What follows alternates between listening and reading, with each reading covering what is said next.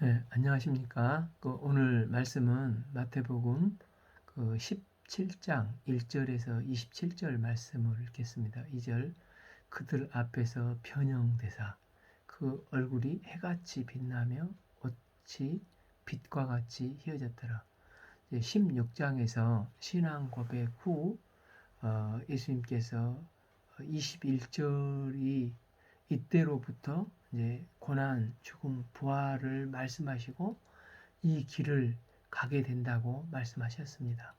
제자들이 이 말씀을 듣고 이제 혼돈이 오고 두려움에 빠져들게 되었습니다. 그래서 17장 변화산 사건은 예수님께서 부활의 영광의 끝을 먼저 보여주심으로 고난의 길을 가야 할 제자들을 격려하는 말씀이라 할 수 있습니다.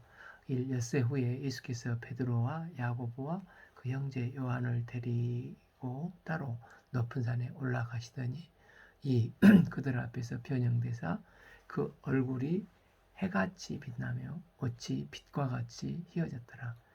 성육신 하셔서 잠시 인간이라는 베일로 덮여졌던 예수님의 성육신의 베일이 벗겨지면서 성육신 전에 본래적인 영광스러운 모습을 잠시 제자들에게 보여주셨습니다. 제자들은 그동안 육신의 베일에 갇혀 있었던 성육신의 예수님만 보므로 본래적인 예수님의 모습을 제대로 보지 못했지만 이제는 하나님의 영광을 보게 된 것입니다. 참 그때 모세와 엘리야가 예수와 더불어 말하는 것이 그들에게 보이거늘 제자들이 900년 전에 엘리야, 1400년 전에 모세라는 것을 한눈에 어떻게 알아봤을까요? 어떤 학자는 예수와 더불어 말하는 것을 엿듣다가 알아보게 됐다는 말을 하는 사람도 있지만 천국에 가면 그냥 알게 되는 것입니다. 그런데 변화산상에서 왜 예수님과 함께 있는 모세와 엘리야를 보게 됩니까? 이스라엘에게 모세의 율법은 하나님 말씀 다음으로 중요하지 않습니까? 그리고 선지자 가운데 가장 큰 선지자는 엘리야 선지자입니다. 그래서 그들은 구약 시대를 대표하는 두 인물이라고 할 수 있습니다. 이 두 대표가 지금 예수님과 함께 무슨 대화를 나누었습니까? 이제 마태는 언급하지 않지만 다행히 누가복음은 힌트를 주고 있습니다. 누가복음 9장 31절 영광 중에 나타나서 장차 예수께서 예루살렘에서 별세하실 것을 말씀하실제 그 시제를 보면 한참 십자가 얘기를 하셨다는 것을 알게 됩니다. 지난 시간에 읽었던 마태복음 16장 21절부터 마태복음의 모든 주제는 이제 고난, 십자가, 부활입니다. 율법과 선지자의 대표가 되신 예수님과 어떤 대화를 나누었을까요? 마태복음 5장 17절 내가 율법이나 선지자를 폐하러 온 줄로 생각하지 말라. 폐하러 온 것이 아니요 완전하게 하려 함이라. 율법하면 이제 모세, 선지자 하면 엘리야인데 그들과 만난 이유가 율법과 선지자를 폐하러 오신 게 아니라 완전하게 하기 위해서 오셨다는 것입니다. 즉, 이 일을 예수님이 십자가에서 별세하심으로 하신다는 것입니다. 이때 한마디 안 하면 견딜 수가 없는 성격의 베드로가 이제 뭐라고 말합니까? 베드로가 예수님께 여쭈어 이르되 주여 우리가 여기 있는 것이 좋사오니 만일 주께서 원하시면 내가 여기서 초막 셋을 짓되 하나는 주를 위하여 하나는 모세를 위하여 하나는 엘리야를 위하여 하리이다. 이 베드로가 왜 갑자기 초막을 짓게 해달라고 하는 것입니까? 이는 이스라엘의 절기 가운데 초막절은 부모와 자녀들이 광야에서 초막을 짓고 같이 생활하면서 옛날 애굽의 노예였는데 하나님이 우리를 출애굽시켜 주셔서 자유케 하신 거야 하며 신앙 교육을 시키며 지난날 받은 구원과 자유를 기념하고 기뻐하는 날입니다. 그리고 장차 영광의 메시아가 다시 이 땅에 오시게 되면 우리는 영원한 자유와 해방을 맛보게 될 거야. 이런 믿음과 소망의 얘기를 했습니다. 그런데 베드로가 지금 모세와 엘리야와 변화되신 예수님이 함께 있는 것을 보고 이 메시아가 임하는 날이 이 날이구나. 그렇다면 이곳에 초막을 짓고 영원한 자유와 해방을 기념할 절기를 지켰으면 좋겠다 하는 것입니다. 또 하나는 이제 지난 16장에서 예수님은 조금 있으면 이제 고난과 십자가에 죽으셔야 했고 또 제자들은 16장 24절에서 자기 부인 자기 십자가를 지고 예수님을 따라가야 합니다. 그래서 베드로는 이 고난과 십자가를 지는 게 싫고 여기가 좋사오니 이 부활의 영광스러운 주님을 보면서 영원토록 살게 하소서. 십자가 없이 고난 없이 살고 싶어 하는 것입니다. 그런데 예수님은 하나님 나라는 아무런 고난 없이 십자가 없이 갑자기 하늘에서 뚝 떨어지는 게 아니라 반드시 십자가의 길, 희생이 있어야 하기 때문에 하나님 나라가 확장되어 가고 있다는 것입니다. 그러니까 노 크로스, 노 크라운이라는 것입니다. 그런데 베드로는 이런 고난의 십자가를 지고 싶지 않고 영광만 누리고 싶은 것입니다. 말할 때 호련히 빛난 구름이 그들을 덮으며 구름 속에서 소리가 나서 이르되 이는 내 사랑하는 아들이요 내 기뻐하는 자니 너희는 그의 말을 들으라 하시니라. 이 말씀은 예수님께서 그 세례 받으실 때 성부 하나님께서 내 사랑하는 아들이요 내 기뻐하는 자라 말씀하는 것 같던데 여기서 이제 더 추가해서 너희는 이 말을 그의 말을 들으라 말씀하십니다. 베드로는 훗날 이 고난을 감당하며 나이 들어서 이런 고백을 했습니다. 베드로후서 1장 17절 지극히 큰 영광 중에 이러한 소리가 그에게 나기를 이는 내 사랑하는 아들이요 내 기뻐하는 자라 하실 때 그가 하나님 아버지께 존귀와 영광을 받으셨느니라. 18.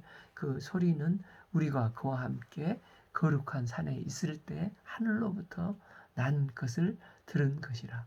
여기서 변화산상의 예수님은 제자들에게 고난의 십자가를 지기 전에 인간이 한 번도 경험하지 못한 영광의 한복판에서 서게 하십니다. 주님은 이 부활의 영광의 끝을 먼저 보여주심으로 고난의 길을 가야 한 이 제자들을 격려하는 말씀입니다. 6. 제자들이 듣고 엎드려 심히 두려워하니 제자들은 거룩하신 하나님의 임재와 영광의 하나님의 음성을 듣고 심히 부들부들 떱니다. 그들이 두려워 떠니까 17. 예수께서 나와 그들에게 손을 대시며 이르되 일어나라 두려워하지 말라 말씀하시니 8. 제자들이 눈을 들고 보매 오직 예수 외에는 아무도 보여지는 이가 없더라. 그래서 우리는 구약의 토라 율법의 말씀을 따르는 것도 선지자의 말씀을 따르는 것도 아니고 율법과 선지자의 말씀을 완성하신 예수님을 따르면 되는 것입니다. 히브리서 12장 2절처럼 우리를 온전케 하시는 분은 오직 예수님이십니다. 우리가 바라보고 들어야 할 대상은 너희는 그의 말을 들으라. 예수님의 말씀을 듣고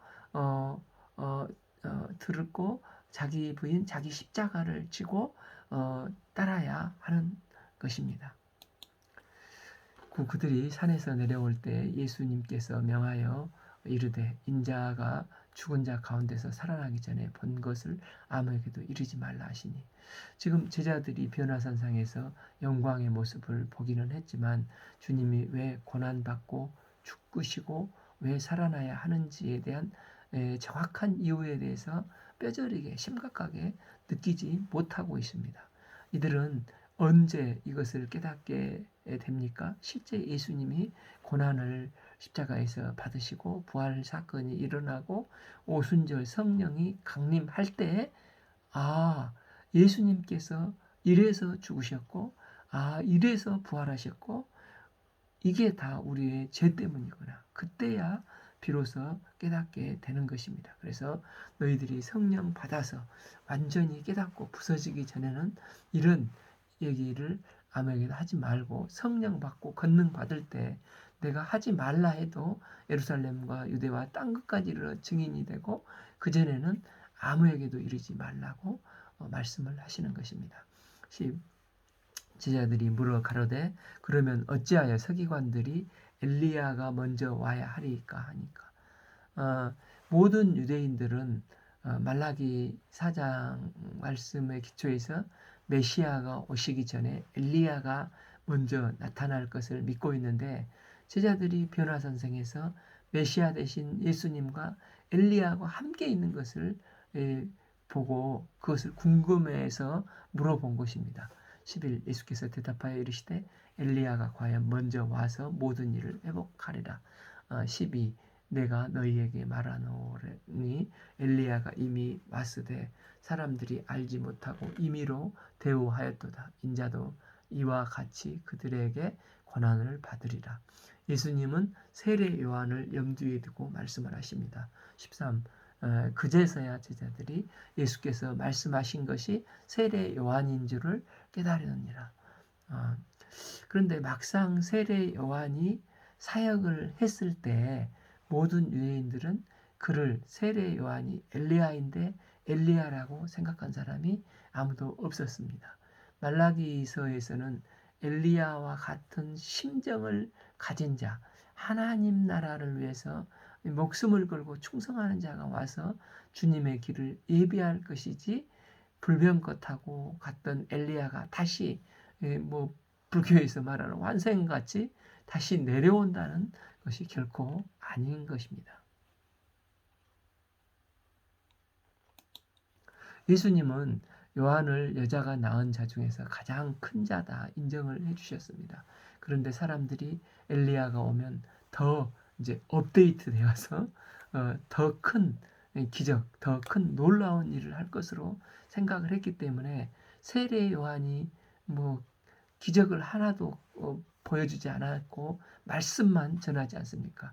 세례 요한이 하는 일은 아무런 기적이 없고 메시아의 길을 앞서 준비하고 회개하라 천국이 가까웠느니라 말씀을 선포하고 다녔습니다. 그런데 예수님이 오셔서 해야 될 가장 중요한 문제가 죄 문제를 해결하러 오셨는데, 이 죄 문제가 해결되기 위해서는 우선적으로 회개를 해야 되지 않습니까? 그래서 회개할 때 죄를 용서받고 사망 권세에서 풀려나는 기적을 체험하게 되는 것입니다. 때문에 그 기적은 엘리야가 행했던 어떤 놀라운 기적보다도 큰 것입니다. 14 그들이 무리에게 이르되, 이제 누가복음 9장 37절에서는 이튿날이라고 되어 있습니다. 14b 한 사람이 예수께 와서 꿇어 엎드려 이르되 15 주여 내 아들을 불쌍히 여기소서. 그가 간질로 심히 고생하여 자주 불에도 넘어지며 물에도 넘어지는지라. 보통 간질에 걸리면 거품을 물고 발작을 하지 않습니까? 그런데 그 아들은 그걸로 끝나지 않고 불 속에도 뛰어들고 물 속에도 들어가고, 그러니까 부모의 마음이 얼마나 참 조급하고 또 애간장이 녹았겠습니까? 그런데 예수님과 주님의 제자들이 병 고치는 은사가 있다라는 소문을 어느 날 듣고 이제 주님께 나왔는데, 주님과 제자들 세 제자들은 변화상에 가 있었고 이 나머지 9 제자들만 있었던 것입니다. 16 내가 주의 제자들에게 데리고 왔으니 능히 고치지 못하더이다. 제자들이 왜 못 고쳤을까요? 제자들은 마태복음 이제 10장 1절에서 더러운 귀신을 쫓아내며 모든 병과 모든 악한 것을 고치는 권능을 주셨습니다. 그래서 전도여행 통해서 실제 이 병 고치는 일로 일을 행했고 이것이 소문이 퍼져 나갔던 것 같습니다. 예수님께서 이런 권능을 주신 것은 천국 복음을 증거하도록 하기 위해서이지, 그 권능을 가지고 자기 광내고 그 자존심 세우라고 결코 주신 말씀이 권능이 아닙니다. 또 이 권능은 주님께서 주신 능력이지 제자들에게 있는 능력이 아니었습니다. 그런데 주님과 그 세 명의 제자가 변화산성으로 올라가니까 이 남은 제자들은 비교심에 시달려서 내가 안 해서 그렇지 나도 하면 잘할 수 있다 이런 경쟁심에 젖먹던 힘까지 사용해서 이 일을 회복시키려고 했습니다. 그러나 이 일을 통해서 하나님 나라를 전파해야겠다는 생각은 전혀 없었습니다. 이런 모습을 보신 예수님은 어떤 대답을 하십니까? 17 예수께서 대답하여 이르시되 믿음이 없고 패역한 세대여 내가 얼마나 너희와 함께 있으며 얼마나 너희에게 참으리요 이를 이리로 데리고 오라 하시니라. 예수님은 믿음이 없다고 말씀을 하십니다. 패역한 세대라고 말씀하십니다.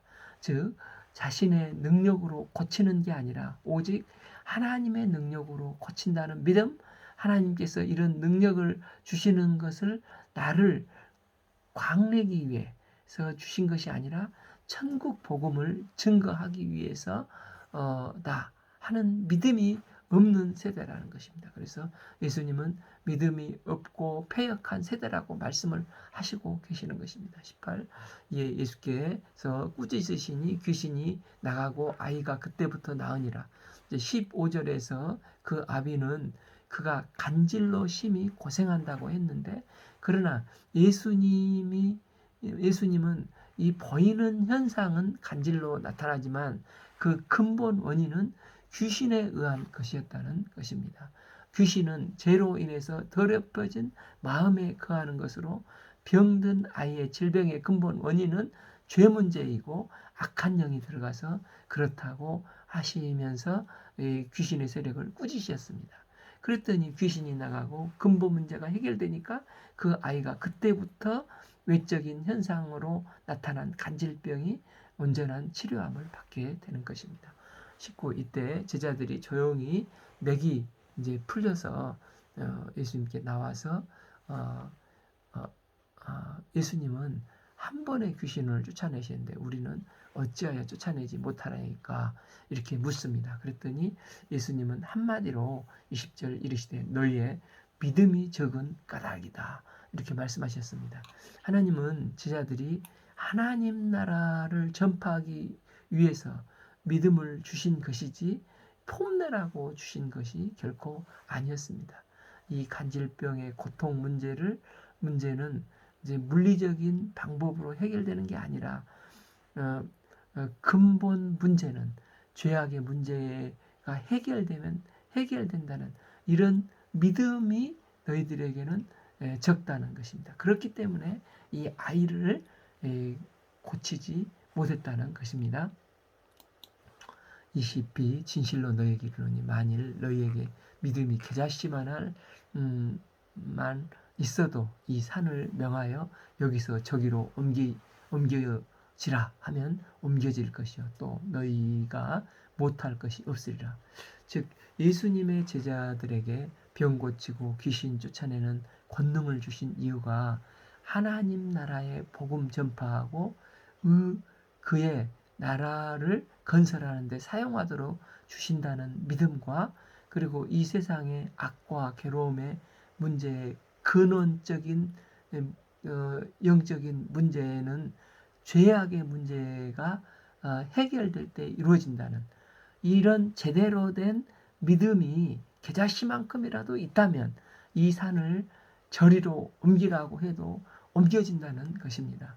즉 믿음은 얼마나 많고 적냐도 중요하지만 그 믿음이 제대로 된 믿음이냐 제대로 되지 못한 믿음이냐 이것이 굉장히 중요하다는 것입니다.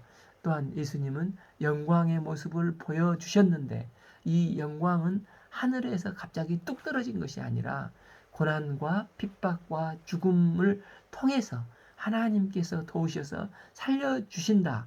이런 과정에 대한 제대로 된 믿음이 있을 때 이 산을 들어서 옮기는 놀라운 기적을 행할 수 있다는 것입니다.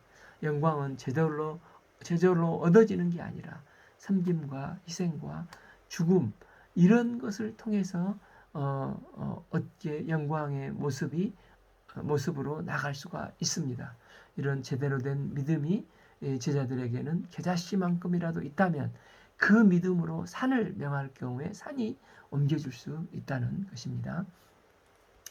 22. 갈릴리에 모일 때 예수께서 제자들에게 이르시되 인자가 장차 사람들의 손에 넘겨져 23. 죽임을 당하고 제3일에 살아나리라 하시니 예수님은 변화산상에서 본 영광의 모습으로 변화될 영광의 날이 있을 것인데 그것은 예수님께서 사람들의 손에 넘겨지고 십자가에서 죽음을 당하신 후에 하나님께서 부활시켜 주신 뒤에 이루어질 것이라는 것입니다. 이제 부활시켜 주신다는 것입니다. 그러나 22절 B 제자들이 매우 근심하더라. 이들은 아직도 십자가의 의미를 모르고 제대로 된 믿음이 없었다는 것입니다. 24 가버나움에 이르니 반세계를 받은 자들이 베드로에게 나와 이르되 너의 선생은 반세계를 내지 아니하였느냐? 이 가버나움은 예수님과 제자들의 고향과 같은 동네였습니다. 예수님이 가장 많이 사역한 곳이기도 합니다. 이곳에 도착했을 때 성전세를 받는 세금 징수자들을 만났는데 이제 베드로에게 너희는 반세겔 성전세 세금 안 내냐? 질문을 합니다. 이게 반세겔은 출애굽기 30장을 보면 유대인들이 출애굽한 후에 시내산에서 인구조사를 한 직후에 생명과 자유를 주신 은혜에 감사해서 드리는 세금이었습니다. 은 한 세겔은 일반 노동자의 이제 4일 품삯인데 의무적으로 부과하게 된 것입니다. 그래서 바벨론 포로 이후에는 느헤미야 10장 32절을 보면 3분의 1로 조절이 되다가 또 예수님 당시에는 다시 반세겔로 조절이 된 것 같습니다. 그러면 이 반세겔은 어디에 사용이 됩니까? 당시 성전 유지 비용으로 사용되었습니다. 당시 성소 유지 비용으로 사용되어서 그래서 이스라엘에게 이 반세겔을 내는 것은 굉장히 중요했습니다. 그래서 너희들은 이 성전 부지 보수하는데 보수하는데 사용하는데 너희들은 안 내냐? 이렇게 말을 하고 있는 것입니다. 이에 베드로가 25절 이르되 내신다 하고 집에 들어가니 베드로가 평소에 빅마우스로 이제 큰 소리 치기를 좋아하지 않습니까? 지금 세금 징수하는 자들에게 낸다. 이제 또 큰 소리를 쳤습니다. 그리고 이제 베드로도 예수님도 이제 집에 들어갔는데 돈이 없는 것입니다. 혼장담하고 집에 가서 예수님을 이제 만나야 하는데 걱정이 되는 것입니다.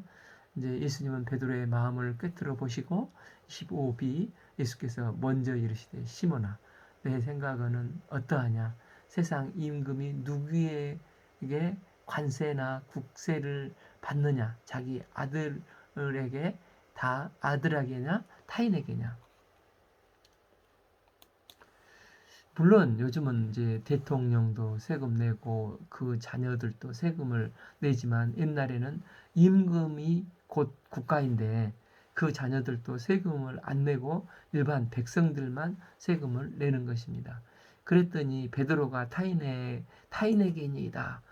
즉 이제 임금님의 아들은 안 내고 백성들에게 받는다. 이렇게 얘기를 합니다. 그랬더니 26b 예수께서 이르시되 그렇다면 아들들을 세를 면하리라. 그러니까 예수님도 그렇게 대답을 하십니다. 예수님은 온 우주 만물의 주인이시고 온 세상의 임금이신 하나님의 아들이십니다. 심지어 예수님은 하나님과 동등 되신 분이십니다. 그런데 이런 분이 무슨 세금을 낼 필요가 있겠습니까? 또 하나님과 예수님은 이 출애굽기 때 만들어진 법 위에 상위에 계신 분이십니다. 그러니 이 율법에 정한 조항에 매이는 분이 아니라 초월하신 분이시지 않습니까? 그런데 예수님은 이런 특권이 있음에도 불구하고 이런 특권을 주장하신 게 아니라 타인의 유익을 우선적으로 생각하는 분이십니다. 남을 위해서 스스로 낮아지기를 원하신 분이십니다. 우리가 읽었던 마태복음 3장 15절에서 죄 없으신 예수님은 세례를 안 받으셔도 되지만 율법의 의를 이루기 위해서 율법에 순종하고자 세례를 받으셨습니다. 이처럼 예수님은 율법의 의를 이루기 위해서 자신의 특권을 포기하시는 분이십니다. 27. 그러나 우리가 그들이 실족지 않게 하기 위하여서 오해하지 않게 하기 위해서 세금을 내게 하신다는 것입니다. 이 실족지 않게 한다가 헬라어로 이게 넘어뜨린다는 뜻인데 단순히 넘어뜨리는 게 아니라 이제 밀어서 뭐 함정에 빠져버리는 그런 치명적인 타격을 주는 것이라고 합니다. 만일 성전세를 예수님이 거부하게 되면 백성들은 당장 하나님의 전에 세금도 안 내는 자가 어떻게 하나님을 사랑하는가 하면서 오히려 오해를 할 수 있다는 것입니다. 그래서 예수님은 예방적인 조치로서 성전세를 내라는 것입니다. 예수님은 양들이 실족지 않게 하기 위해서 자기의 권리를 과감하니 포기하시고 하나님과 동등됨을 여기지 아니하시고 종의 형체로 이 땅에 오셨습니다. 자기 권리를 과감하니 예수님은 포기하셨습니다. 이런 겸비한 모습을 보이셨는데 이 고린도전서 이제 8장 13절이나 9절에 보면 사도 바울도 내가 제사의 음식을 먹음으로 저들이 실족해 된다면 나는 먹을 수 있는 권리가 있는데도 먹지 않겠다. 그리고 당연히 교회를 섬기면서 물질적인 지원을 받아야 되지만 그들이 그걸로 힘들어지면은 내가 자비량을 하겠다. 내 권리를 포기하고 장막 텐트를 짓는 일을 하지 않습니까? 그런데 이 돈이 어디 있습니까? 그래서 27절 빌 내가 바다에 가서 낚시 던져 먼저 오르는 고기를 가져 입을 열면 돈 한 세겔을 얻을 것이니 가져다가 나와 너를 위하여 주라 하시니라. 이는 적은 제자들에게 이기적인 이 기적은 제자들에게 돈 버는 방법을 가르쳐 주는 게 아니라 제자들이 먼저 하나님 나라의 복음을 증거하고 먼저 그의 나라와 의를 구하게 되면 하나님이 그 먹는 문제 정말 필요하다면 하나님은 고기를 통해서라도 이 모든 것을 더하시는 전능하신 하나님이라는 것을 말씀해 주시고 계시는 것입니다. 오늘 말씀은 마태복음 17장 1절에서 27절을 읽겠습니다. 감사합니다.